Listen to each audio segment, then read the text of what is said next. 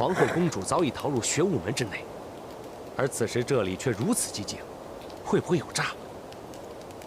事到如今，有没有诈，也要尽快攻入门楼，将皇后、公主就地正法。好，名留千古，始于此时。各位弟兄，请军策速朝纲。请军策速朝纲。请军策速朝纲。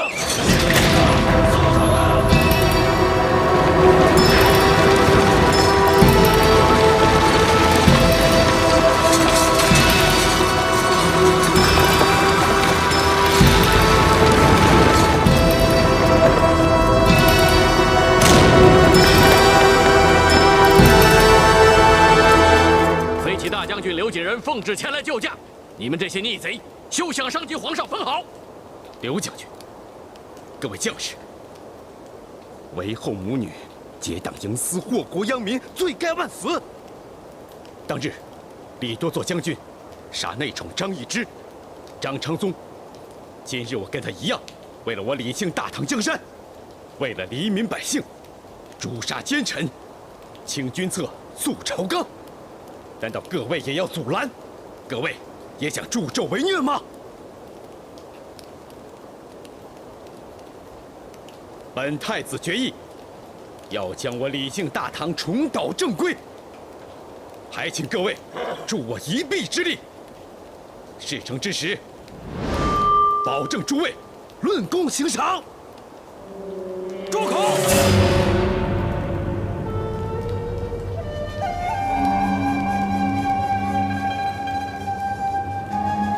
李多作，朕素来待你不薄，你为何今日要帮太子谋反？韦后母女淫乱宫闱，臣等奉太子令，已将武三思父子正法。太子与臣等并无谋反之意，只是请求皇上能够肃清宫闱之乱。事成之后，臣定必马上退兵，再向皇上请罪。明是谋反作乱，竟然还说得如此冠冕堂皇，简直是一派胡言！你们给朕听清楚了，朕才是这大唐天子，是天命所归的九五之尊。朕知道，你们一干人等只是一时糊涂，才会跟着太子造反。难道你们不知道吗？谋反作乱乃十恶不赦的大罪，是要诛九族的。你们不顾念自己，难道也不顾念你们自己的父母、妻子、兄弟、姐妹吗？只要你们能够迷途知返，幡然悔悟，皈依朕宫，跟刘将军一起对付叛军，本宫保证皇上既往不咎，而且还另加封赏。是，朕可以保证你们的荣华富贵，金口玉言，绝不食言。兄弟们，我们受了他们的蒙骗，我们才不是反贼。我们明明是帮太子诛除奸佞，怎么成了逼宫并剑？我们不想被杀头诛九族。说的对啊！对，说的对。誓死效忠皇上，被太子蒙骗了，受了蒙骗的，我们不能再跟着太子了。对，我们受了蒙骗，是我们要誓死效忠皇上，效忠皇上，保护皇上。太子，想不到皇上一番说话，弄得军心大乱，再纠缠下去，只怕会不战而败。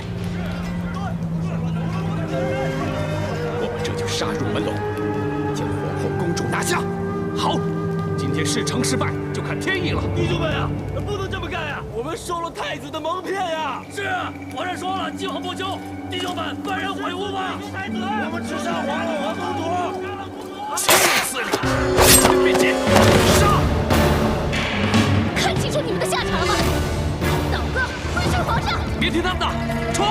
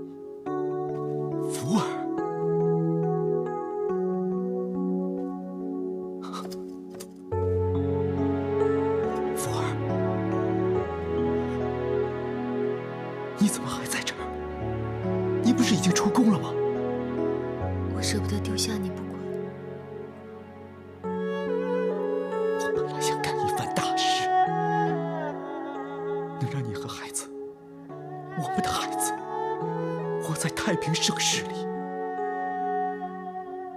可惜我做不到，最后一步，就只差最后一步。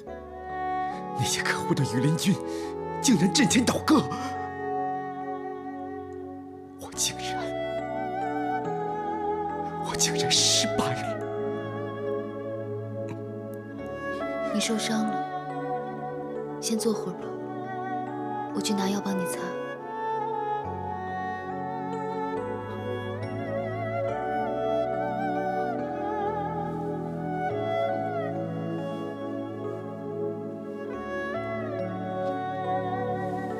好了，休息一下。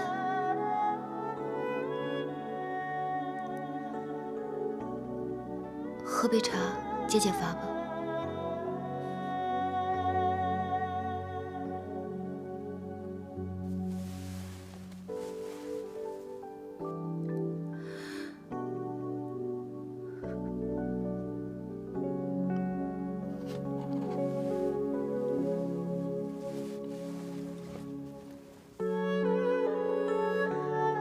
来，喝茶。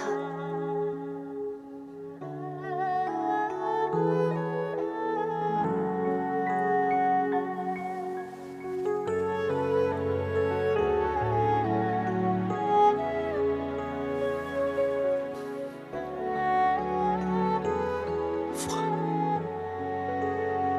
你会不会觉得我很窝囊？筹备了这么久，却还是失败了。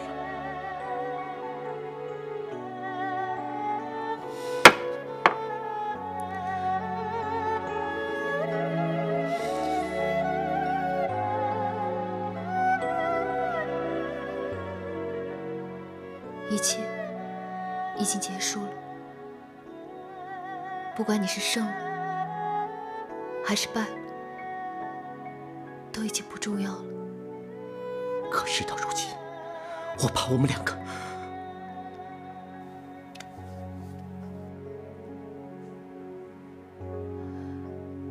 我答应你，我永远都会在你身边，绝对不会离开你，除非你死，否则绝不分离。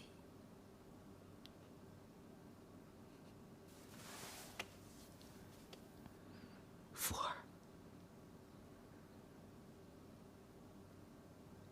我今生今世最自豪的事情，就是能遇见你。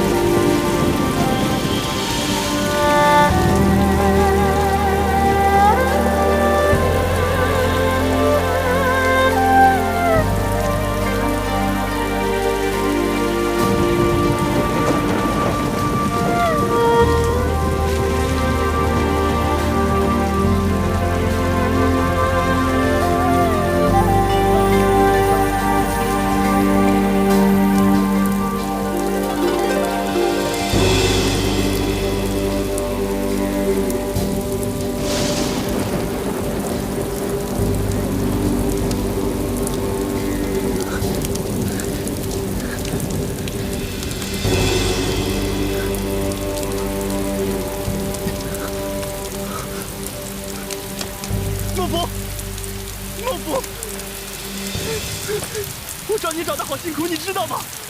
孟父，我不能没有你，没有你我过不下去的。你不能有事，你知道吗？来，我们回去吧。啊！不要！为什么？你看这瓢泼大雨，还站着干嘛？你老实告诉我，你是不是喜欢上我了？干嘛问得这么直接？我可以相信你吗？可以，当然可以。那你马上送我去上药局，不要问我为什么。好，我都依你。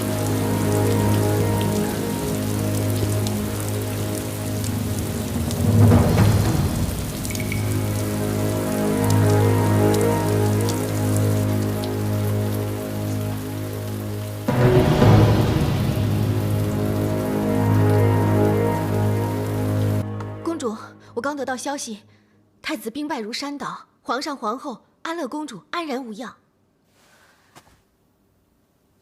那么太子呢？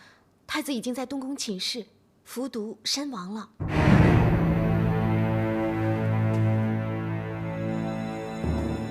知道。想不到楚军会落得自裁的下场。他为师死的可悲，可悲。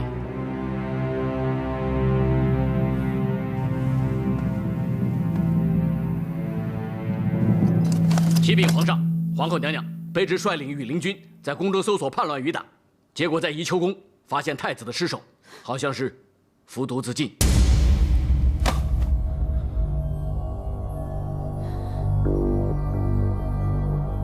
下去。卑职遵命。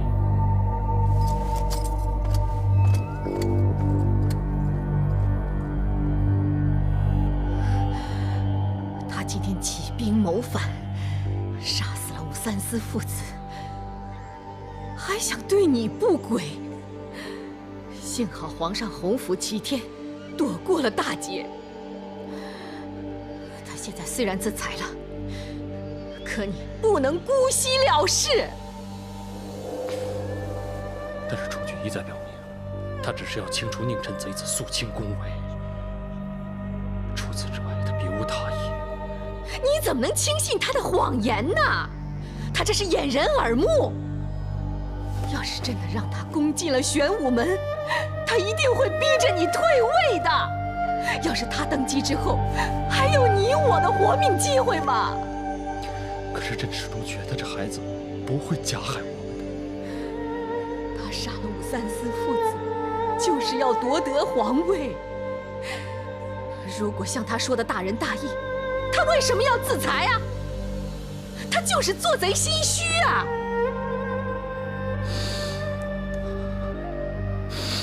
朕实在是想不通他为何要这么做。朕一直觉得他是个好皇儿，从来没想到他是个大逆不道的逆子。朕要将他的首级砍下来，献入太庙，以祭武三思父子。应该把他的首级挂在朝中示众，以儆效尤。对，以儆效尤。皇上，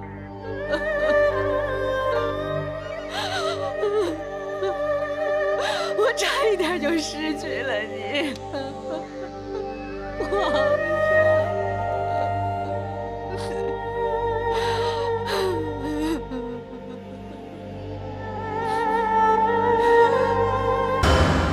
生杀予夺，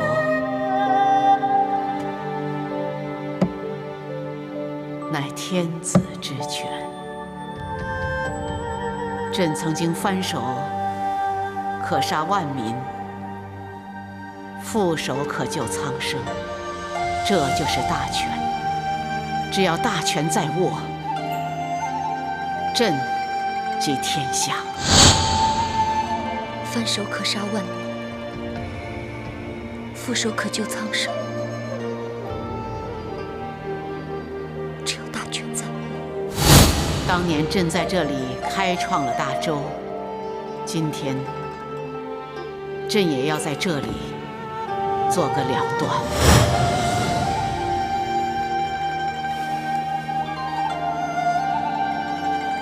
当日我做错了，今日我要亲自做个了断。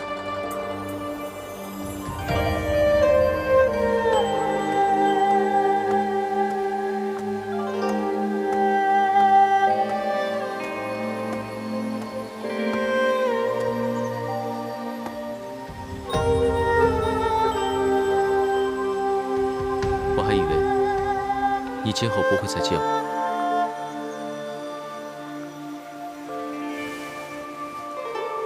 关于太子的事，我不能认同，也不想多说什么。我今天约你来，并不是想讨论太子的事。那是什么事情？我只想问清楚一件事情：什么事？如果安乐公主当了皇太女，甚至当上了女皇帝，大唐江山会如何？天下万民又会如何？当年皇祖母善于治国，重视延揽人才，知人善任。皇祖母当政年间，政策稳定，兵略妥善，文化复兴，劝农桑，博富裕而百姓富裕。安乐公主要跟她相比，根本是云泥之别。充其量安乐公主，只不过是跟她母后一样，只懂得玩弄权术罢了。你说过，皇后心术不正，觊觎皇位，终日想当第二个圣神皇帝。皇后心胸狭窄，处处用权。假如让皇后或者公主其中一人当上皇帝，只会殃及国民，而国土四分五裂，社稷岌岌可危。你会阻止他们吗？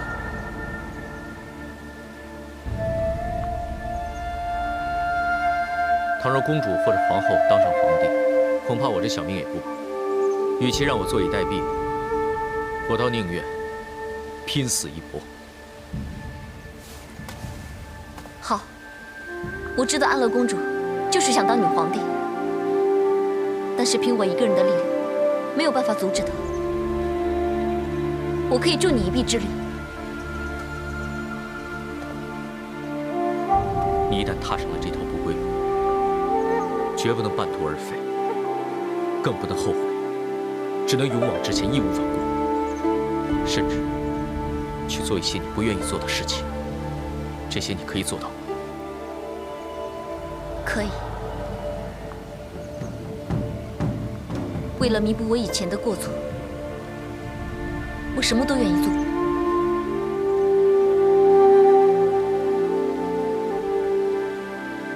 路是你自己选的，我希望你能够想清楚。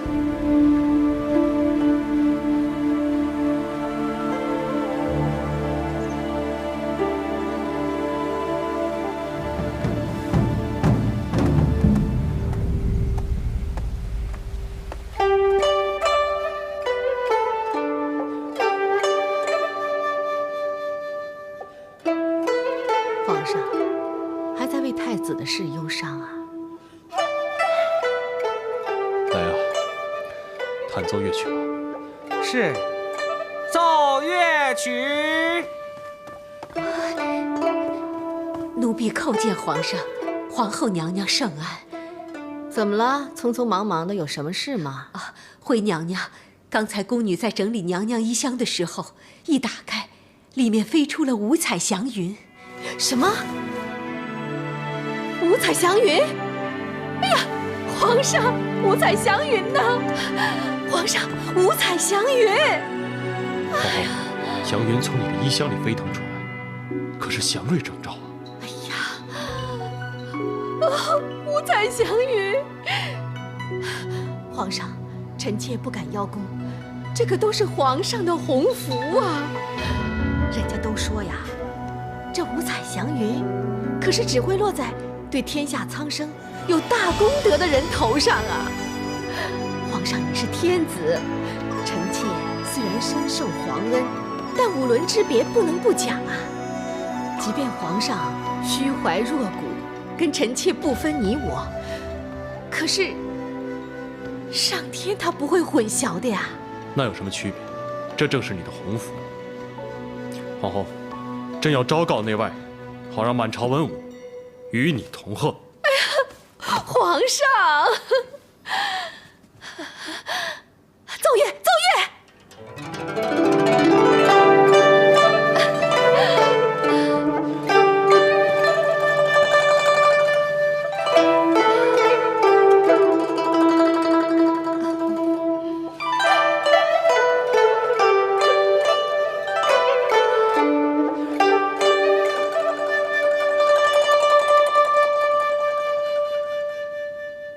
皇上，祥云吉兆，欲是来年五谷丰收，天下太平，实乃社稷之大幸啊！皇上乃一代明君，勤政爱民，造福苍生，这是上天给予皇上的恩赐啊！做善降之百祥，做不善降之百殃。如今天降祥云，朕决定大赦天下，恩泽万民，以谢天恩。大唐有此盛世，坐下的百官也功不可没。皇上，臣妾以为应该有所嘉奖。皇后有什么提议啊？皇上，臣妾是皇上的女眷，也希望和百官家中的女眷共荣共乐。皇上不如加赐他们百官母妻等各种封号，皇上意下如何？准奏。清宁宫出现祥瑞征兆，一定是因为皇后娘娘德行端庄、贤惠宽仁，真不愧是国母啊！皇后娘娘千岁千岁千千岁！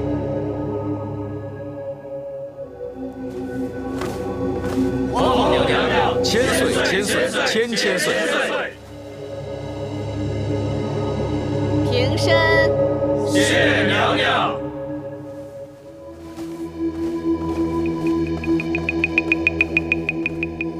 但愿天佑我朝，百姓福乐永享。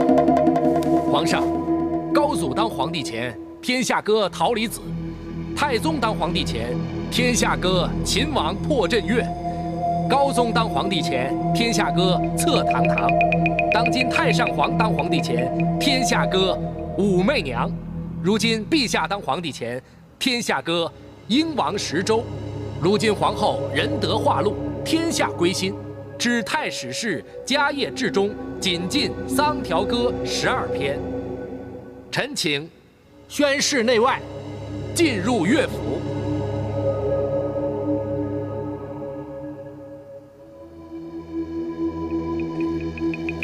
皇上，这些歌都是歌颂历朝帝皇，这皇后终究是皇后，这样的话似乎有点儿……无妨。皇后与朕向来无分彼此，歌颂皇后就如同歌颂朕一样。快将丧条歌流传各地，将皇后的仁德宣示天下，让全国的百姓都知道他们的国母被苍天赞颂。臣领旨。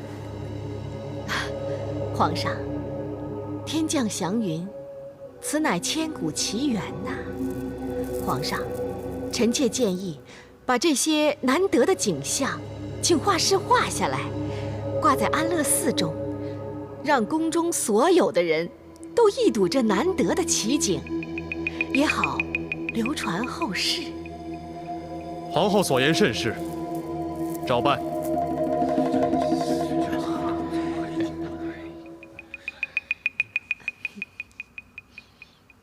母后的这一招实在是令女儿大开眼界，想不到母后可以借助天意这个绝妙计谋。女儿要是能有母后一半的聪明才智就好了。眼下这五彩祥云已经围绕在我身边，歌颂我的歌声也已经传颂千里了。他日我登基之时，谁还敢说我名不正言不顺？来，让女儿祝贺天与人归的母后早日继承大统，打下千秋万世的基业。傻女儿啊，你母后多大岁数了，还能做几年皇帝？为的是千秋万世这4个字，让你能够继承帝位。母后，你认为为五彩祥云的出现，还会不会有人阻止女儿做这个皇太女呢？到时候，母后做了皇帝，谁还敢反对？我让她人头落地。可是那个采梅的事情弄得满城风雨，他们都说我是丧门星，有的人还说我是招风惹雨，说那个死鬼采梅在安乐寺里还魂，闹得鬼话连篇。恐怕他日母后要是坐上这个皇帝，也会有人借此大做文章，阻止母后册封女儿的。女儿啊，这个母后都已经给你想过了，所以母后让皇上叫人把这五彩祥云画下来，然后把这个画挂到安乐寺去。这样一来呢，一则借着五彩祥云的锐气能辟邪，二则能辟谣。到时候谁还敢说你不配当皇太女？母后思虑周全，他日女儿得偿所愿，全照母后成全。傻女儿，母后做的一切都是为了你，都是为了能让你一生无忧。这下你知道母后的苦心了吧？女儿明白。不过，现在挡在我们面前的，还有姑姑和八皇叔他们。没事儿，虽然我们的前程还算不上是一帆风顺，但是阻挡我们前行的也就是小风小浪。只要我们母女一条心，难道我们还对付不了这宵小之辈吗？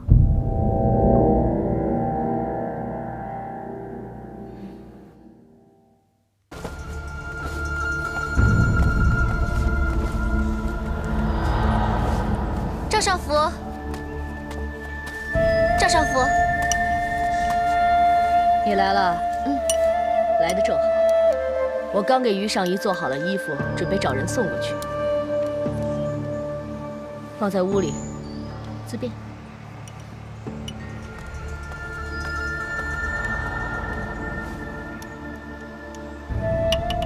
赵少福，什么事还让你亲自出马？这些事情不都应该是宫女做的吗？皇上要宫中的画师显奎为皇后娘娘画一幅五彩祥云图，所以叫人来找我们给他配点颜料。他门路倒是真多啊！宫中最好的颜料呢，就属上福局了。也知道最懂颜料的就是赵少福您了。别耍嘴皮子，显奎要为皇上画画，我才勉为其难帮忙的。啊？你有最滑舌的，是不是有什么麻烦事找我啊？不敢不敢，您这么忙，我哪敢麻烦您呢？行了，知道就好了。去，一边去，别在这儿碍事儿。哎，这些是最上乘的颜料，都是宫里头百里挑一的。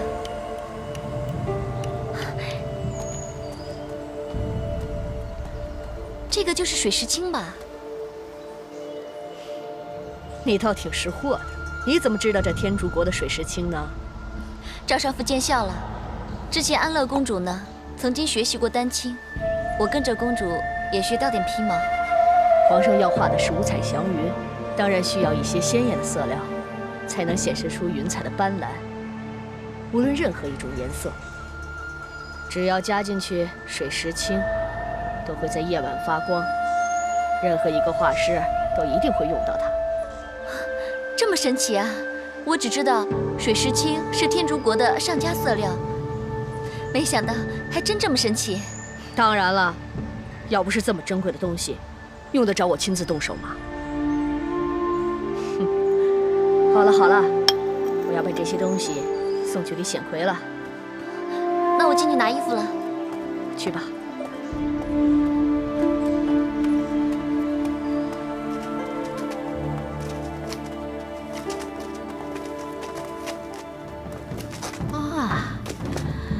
就是这幅吧？对呀。哎呀，哇，显奎的画工已经到了炉火纯青的境界。哎呀，太美了！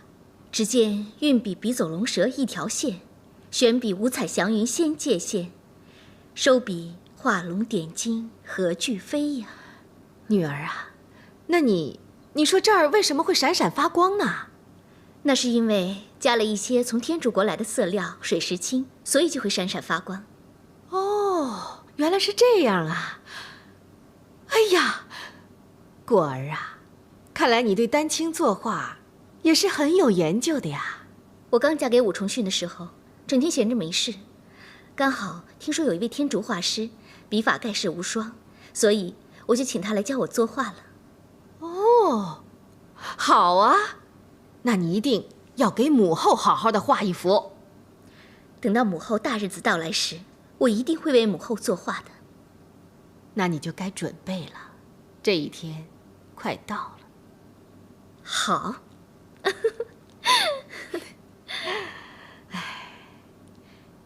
你们俩要好好的在这儿守着，不能出事啊。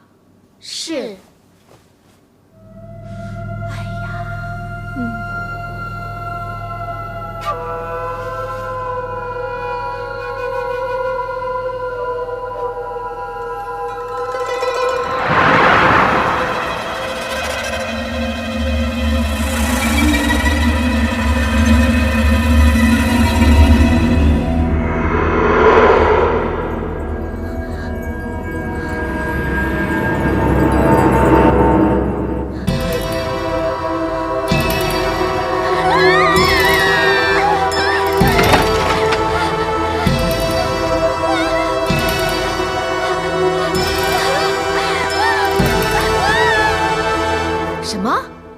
五彩祥云突然变成血色了，此事还在调查中，只是显魁画师已经畏罪自尽了。他倒死得快，岂有此理！岂有此理！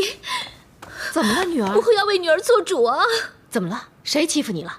就是刚才那群死奴才，说女儿是招风惹雨，说女儿是丧门星，所以五彩祥云上的祥云才会变成血色的了。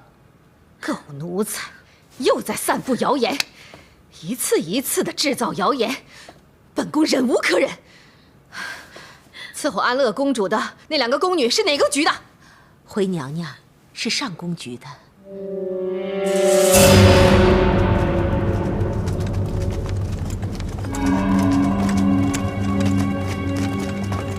奴婢恭迎皇后娘娘。免了。谢皇后娘娘。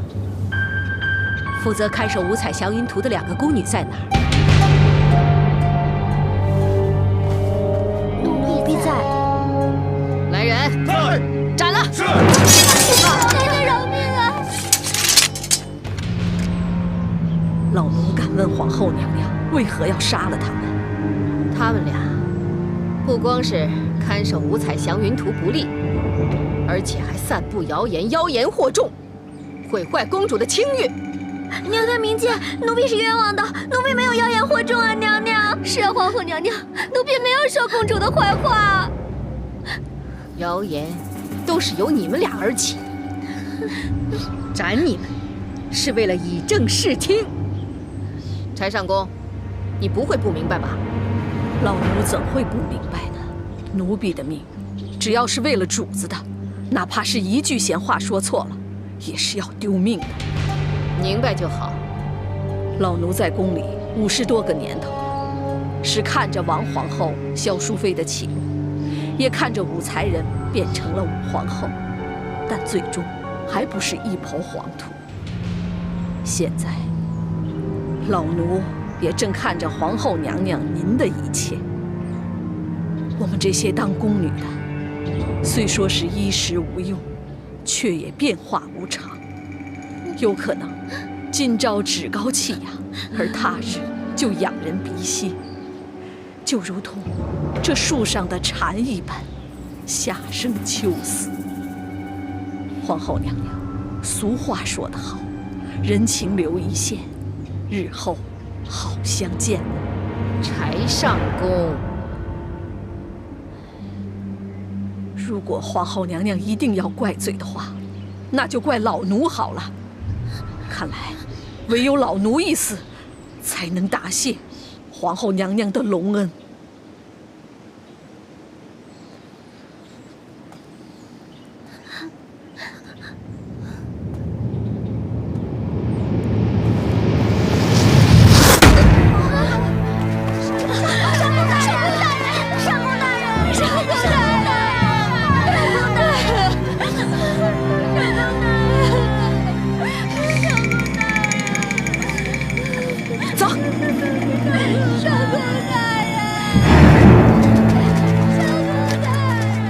老奴参见皇上、皇后娘娘。哎，柴上公，你受伤了，免了吧。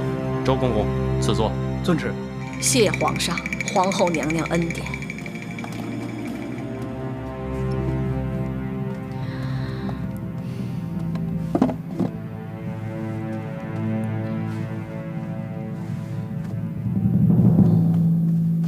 太医怎么说的？回皇上，太医说，老奴还能多伺候皇上一段时间。柴上公，本宫没记错的话，你15岁就进宫了。是。这屈指算来，我进宫也快有50多年了。哦，哎呀，那这么多年来，你有没有好好的休息过呀？上宫里的大事小事都要老奴来处理，所以不曾想过休息，除非是老奴得了重病，例如长安2年，我得了。柴上公，那要是这样的话，让人知道了，岂不是陷皇上于不义呀？皇后何出此言？柴上公，你的姐姐是几位先皇的乳娘，先皇曾经有话，说姓柴的有功于我们皇家，所以就让你当了上宫。先皇的本意是让你有份邮差可以拿取俸禄，可现在你还在宫里干活，这样一来，先皇泉下有知，岂不是要怪罪皇上没好好照顾你啊？皇上，臣妾说的对吗？此话在理。本宫的意思是，为了皇上，也为了你，你还是早日告老还乡吧。回皇后娘娘，先帝的在天之灵定会知道老奴一直留在宫里是老奴自己的意愿，与皇上无关，定不会怪罪皇上的。本宫很想知道，你为什么要坚持留在宫中呢？是觉得这宫里没有人可以取代你呢，还是另有隐衷啊？不妨直言。老奴没有半点隐衷，我只是想多伺候皇上几年，不负皇上对老奴的一片恩情。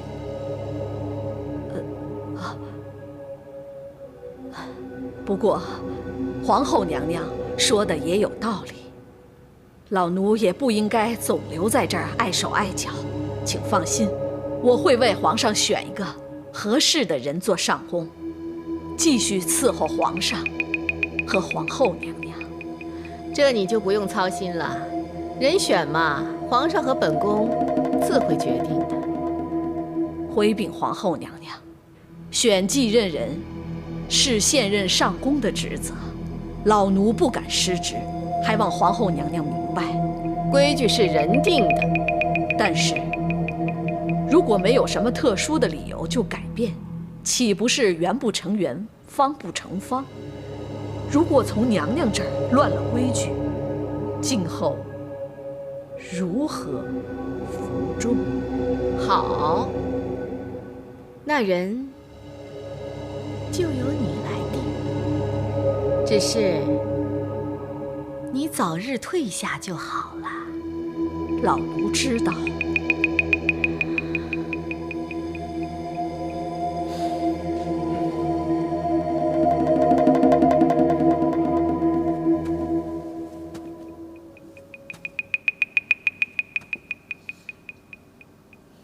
你知道柴上公要告老还乡吗？奴婢知道。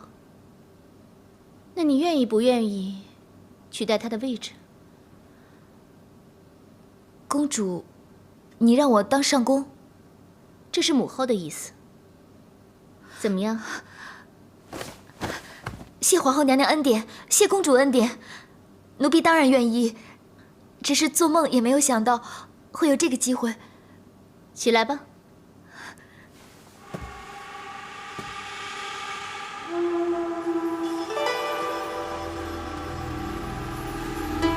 如果你当了上宫，可一定不能辜负母后对你的希望。奴婢一定会报答娘娘还有公主的提携。你可要记住你所说的话。奴婢片刻不敢忘记。公主，奴婢可否问公主一个问题？问吧。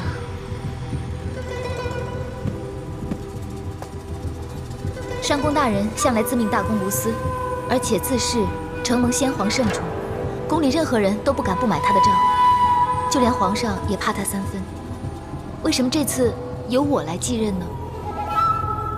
你先别高兴得太早，柴上宫还没决定谁来继承他的位置，母后也只能帮你取得他的信任。原来是这样。你没有把握吗？有了公主还有娘娘的提携，我当然有把握。母后要你当这个上宫，是有她的原因的。最近宫中很多谣言都出自那些贱婢的嘴。6局女官又以柴上宫年高德少，时望所归，所以上宫局亦俨然成为6局之首。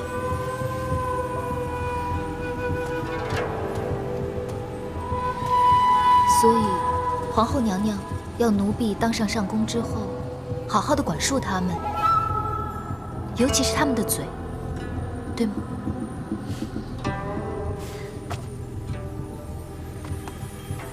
你果然是聪明。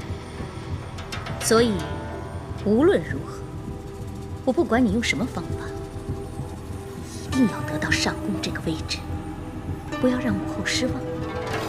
奴婢一定不会让公主还有娘娘失望的。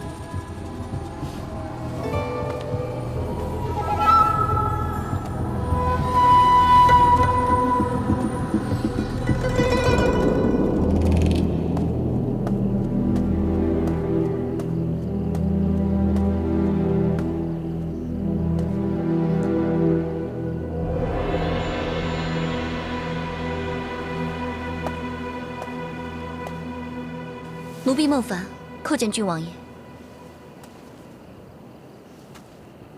这次要你暗中把紫红天添加到水石清里，使五彩祥云图变色，才打乱了安乐公主的如意算盘，杀了皇后的妻言。实在是辛苦你，让你冒险了。既然当初我愿意跟你同坐一条船，现在不管做什么，我都无怨无悔。只可惜，连累了柴上宫。我也没有想到，皇后竟然会迁怒于上宫局，硬是把柴上宫给拉了下来，让他做了替罪羊。皇后要的不是替罪羊，而是上宫之位。她是知道宫女们之间互有往来，消息灵通。她是想把各宫的宫女们变成她的耳目。所以皇后娘娘才会这么看重这个上宫的位置。照你所说，如果这次让皇后如愿所偿，恐怕我们以后要对付她就会变得更加困难了。宫中6局，犹如朝中6部，数万宫女，岂能是容易控制的？我绝对不会让这个上宫之位落入她的手中。难道你想争夺上宫之位？这是我们宫女的城墙，岂能让人任意践踏？何况安乐公主视我们宫女如眼中刺，所以她一定会让她的心腹坐上这个上宫之位。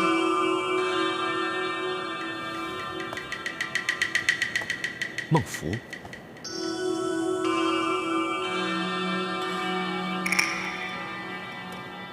小妇最希望的就是跟上官婉儿一样，由一个微不足道的宫女变成一个举足轻重的女官。这样一个大好机会，她一定不会放过。看来如今要想阻止他们的野心，就绝对不可以让孟福坐上上宫之位。要让她有回头的机会，也只有如此了。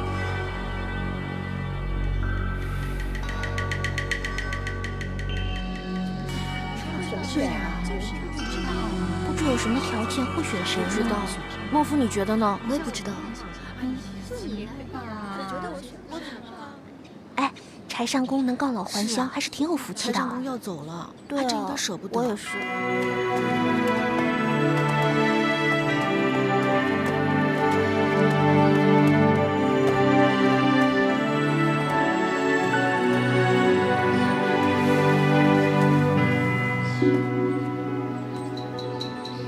大家应该都知道，皇上体恤上宫年事已高，特准上宫告老还乡。但是，上宫局不可一日无主，所以上宫准备在众宫女之中，挑选一位德才兼备、古道热肠的宫女来接任上宫之位。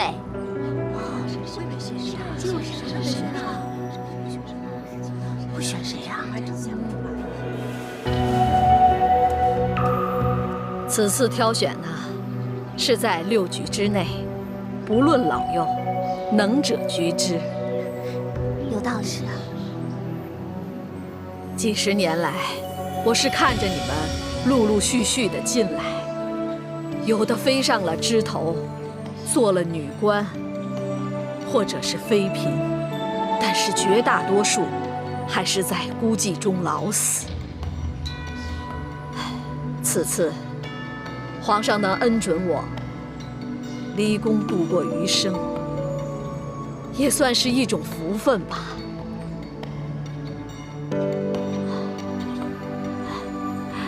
当然了，你们还年轻，还想着往上爬的美好，自然也就不能理解我的这种福分了。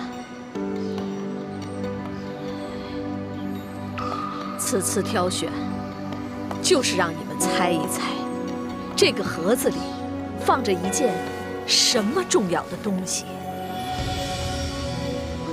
根本看不见里面的东西嘛，怎么可能猜得着啊？对啊，是啊，说的对。这个盒子也不小，可以往里面放的东西多着呢，这可让我们怎么猜啊？上宫大人，既然要让我们猜，不如给我们一点头绪吧。对啊，是呀，对呀，是啊，你说一下吧。好，好，好，那我呢就再给你们提示一点，这个盒子里放着的，那就是我们上宫局里最重要的一样东西。什么呀？好了好了，肃静，我会给你们时间考虑的。下个月初10，你们把写好的答案给我送来，我会在初10那天把盒子打开。如果谁猜对了，谁就是下任的上宫。那我们都有机会。是啊，想想啊。好了好了，回去吧，好好参详参详啊，都回吧，回吧。里面是什么呀？猜不出来。想不到你也会来这里凑热闹，以前这些事你都会避而不及的。是福不是祸，是祸躲不过，躲不了的祸，就唯有试试看了，看看挡不挡得了。你以为你可以阻止我做上宫吗？尽人事，听天命吧。听天命，天下弱肉强食，胜者为王才是真理。老天爷只管听，不管事的，是吗？我只知道，战战青天不可欺，未曾动念已先知。善恶到头终有报，只争来早与来迟。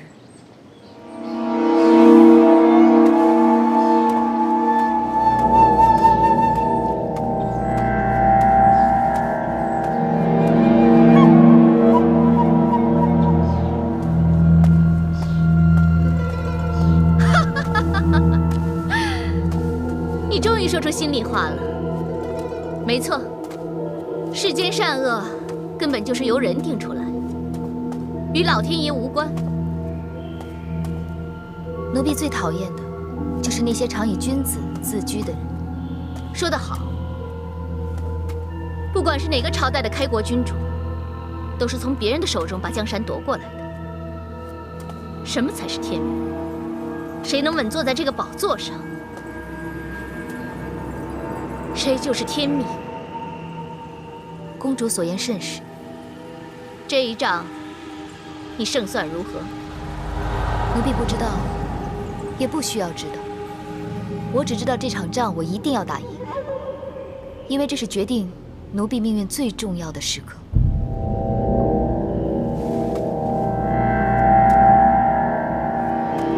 本公主最欣赏你的，就是你这不要命的坚持。这一仗，你一定要替我赢，因为我不想看到孟凡给赢。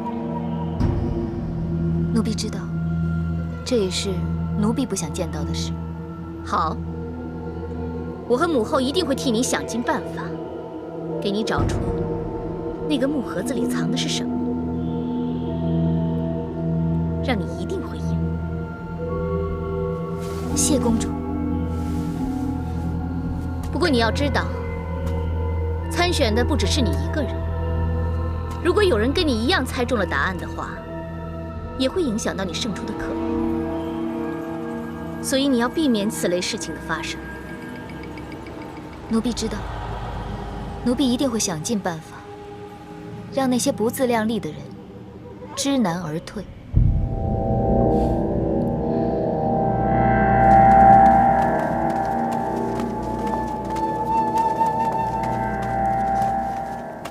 我觉得谁当都好啊，只要对我们好就行。这在宫里早就已经传开了，我也听说过。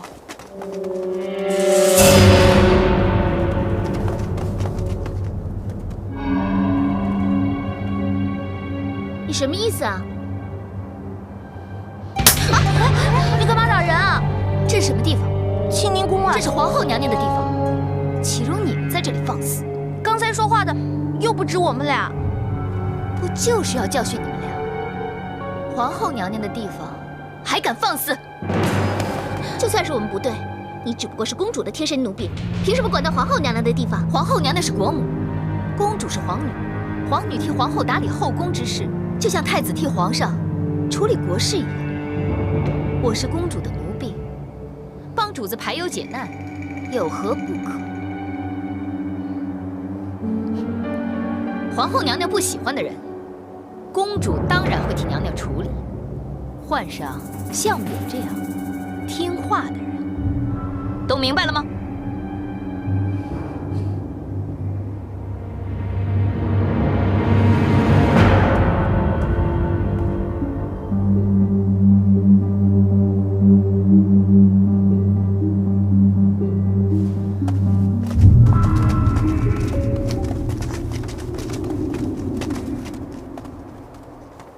做人要懂得分寸，就算是6局女官，不听话也得卷铺盖走人。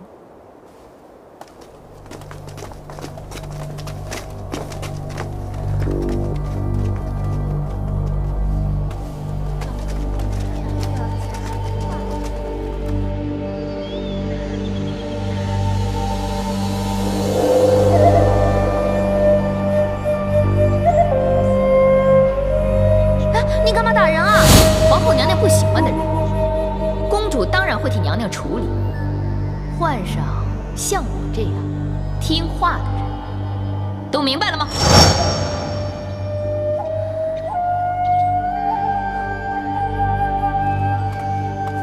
孟凡姐，你刚刚怎么不说话呀？就算她是你妹妹，我也看不惯她那么嚣张的气焰。对呀，娘娘不喜欢的人，不就是说柴上宫吗？公主会替娘娘安排跟她一样听话的人，这分明就是想让她来当上宫嘛。如果真是这样，我们还来参加比赛干嘛？不如趁早退出好了。就是，柴上宫最看重的就是上宫局，最疼的就是我们这些宫女。我相信，她绝对不会眼睁睁地看着上宫局落入皇后娘娘的人手中的。话虽如此，可是如今又有谁胆敢逆娘娘意思去跟那个孟夫较劲？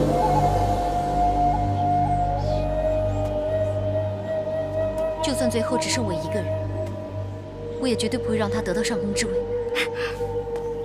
好，孟凡姐，就算我们不参加比赛，也要帮孟凡姐赢得这一仗。柴上公说，那盒子里放着的是上宫局里一样贵重的东西。上宫局呢是掌管宫中名录的，我猜可能是名录。名录又怎算贵重啊？上宫局还掌管宫中门阁管药，我猜啊，应该是管药。不，宫中管药随时都可能用得上。如果放进了盒子里，那用的时候该怎么办啊？哎呀，我们这样乱猜乱想也不是个办法呀。这上宫局里的东西多了去了，我们又不知道哪些才是珍贵的东西。哎，这最好的办法就是去跟那里头的人打听打听。如果这样也可以的话，谁都会往里打听了。你们都在聊什么呢？参见上大人。起来吧。我跟其余4局女官已经约好了，要去探望一下柴上宫。这里的事情，你们好好帮我处理一下。柴上宫的伤势好一点了吗？伤在皮肉，应该没什么大碍。不过皇上和皇后要他告老还乡，可真是伤透了他的心啊！劳苦了大半生，却不让他在宫中终老，的确令人难受。不如让奴婢陪同上仪大人去探望柴上宫，以示我们后辈的关心跟尊重。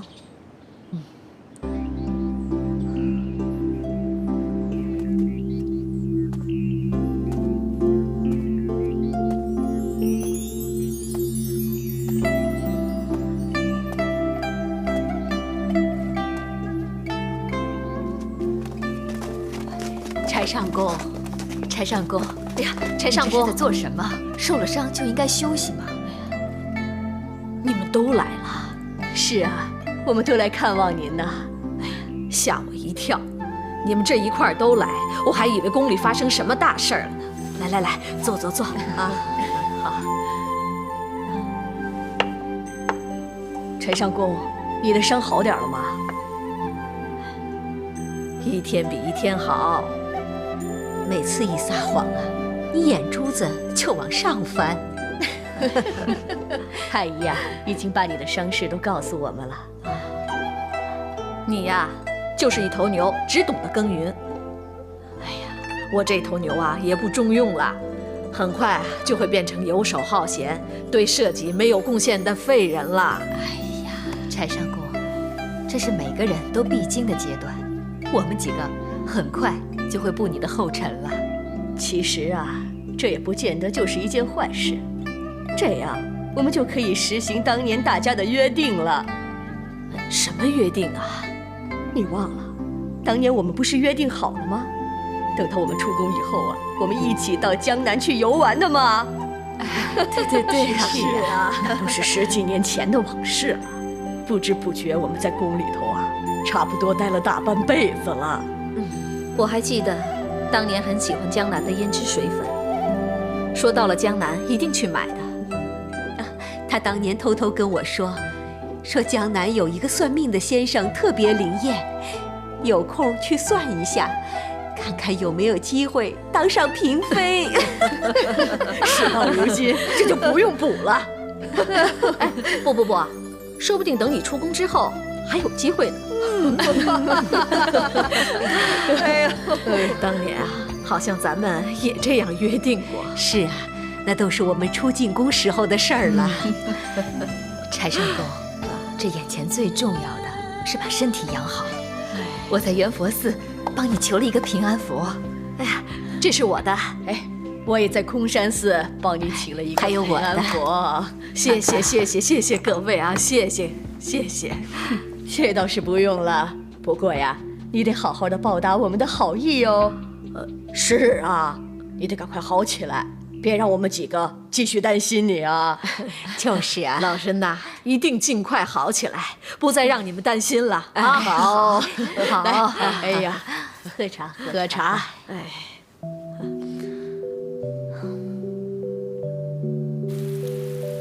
我进宫多年，却不知原来你和几位大人情如姐妹。我跟柴上宫、惠宁和你早逝的月秀姑姑进宫的日子都没差多少。那时候，于兆、冯雷、张5位大人还都没进宫呢。那你们可算老臣子了呢。对呀，他们比我们晚进宫10多年呢。那时候他们还年轻，很容易就结为至交。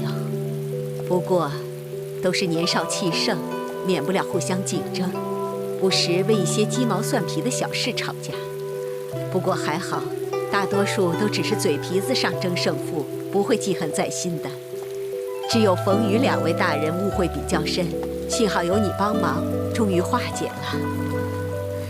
幸好我在宫里头也有一帮好姐妹，否则在宫里的苦闷日子还不知道要怎么度过呢。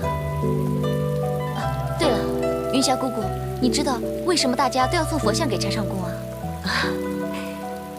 当初是因为柴上公不小心掉进了太液池中，以为没救了，幸好他抓住了太液池中的一根浮木，得救上岸之后才看清，原来那是木雕的佛像，是送往护国天王寺途中丢失的。所以柴上公觉得一切都是佛祖保佑啊。所以从此变成心向佛。是啊，所以这次大家商议过，各自到各大寺院请来佛像，希望像上次一样保佑他平安。原来如此。那姑姑，你知不知道上宫局里有什么比较贵重的佛像？怎么，你也想猜中盒中的东西，当上上宫啊？没错，因为我不想让小福坐上上宫之位，不想让上宫局落入皇后娘娘手中。是啊，这次皇后也实在是太过分了。好，让我想想。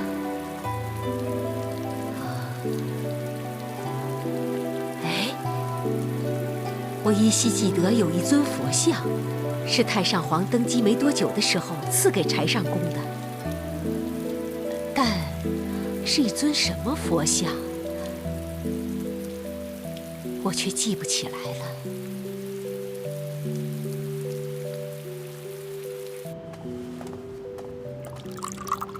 娘娘，孟四月带到，奴婢参见昭容娘娘。免礼。谢娘娘。孟凡，你今天来找我是想要叙旧呢，还是另有所求？孟凡已经很多天没有探望娘娘了，所以特来向娘娘请安。坐吧。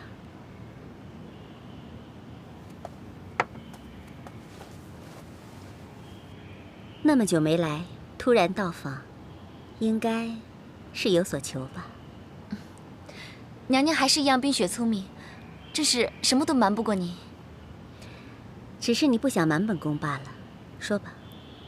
敢问娘娘，太上皇刚登基时，有没有送过一尊佛像给柴上公？真意外，原来你也有意问鼎上宫之位。太上皇曾经说过，只要大权在握，翻手可杀万民，覆手可救苍生。你想要拯救天下苍生？孟凡惭愧，孟凡自知没有这个本事。我只是想阻止安乐公主继续作恶，不要走上不归路，别无他想。太上皇曾说过，你怀有他所讨厌的一般人的仁义道德。太上皇讨厌奴婢吗？没有啊，他很喜欢你啊。那时他还吩咐我好好的照顾你。既然那时我已经答应了他，好吧，那今天我就帮你一把。谢娘娘。这位柴上公呢，他深得太上皇的恩宠。听说太上皇还打造了金轮圣王、银轮圣王、铜轮圣王和铁轮圣王这4尊佛像，他把其中1尊佛像送给了柴上公。那会是哪一尊佛像呢？此事我当时并没有特别注意，所以详情我也不是很清楚。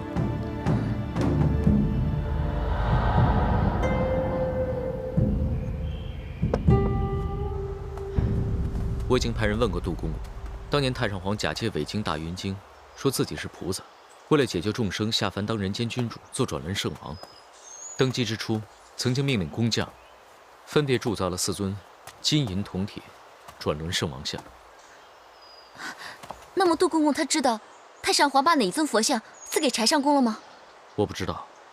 杜公公说，他当年只看到了金银铜3尊圣王像，而铁圣王像却从来没有见过。这么说来，太上皇一早便把那尊佛像赐给了柴上公。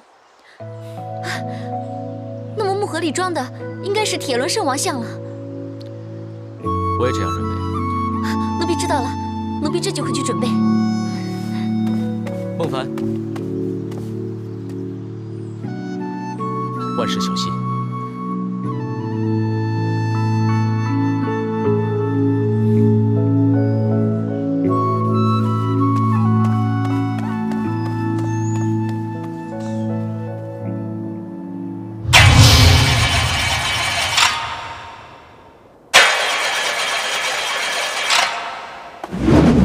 什么人？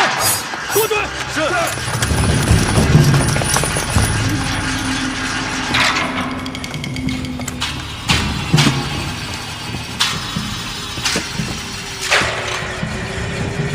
很好，你可以退下。是。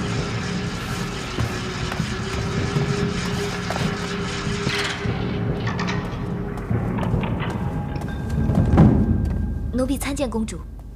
免礼，孟福。本宫已经给你查出来，木盒子里面装的是什么了。真的吗？那是什么？是一尊黝黑的铁轮圣王像。看来孟福不会负公主所望，这场仗一定会打赢的。相信这一次，终于可以让孟凡输得一败涂地了。哈哈哈！好了，离出师还有10几天时间，你就用这段日子好好的准备一下，做你的上宫吧。是。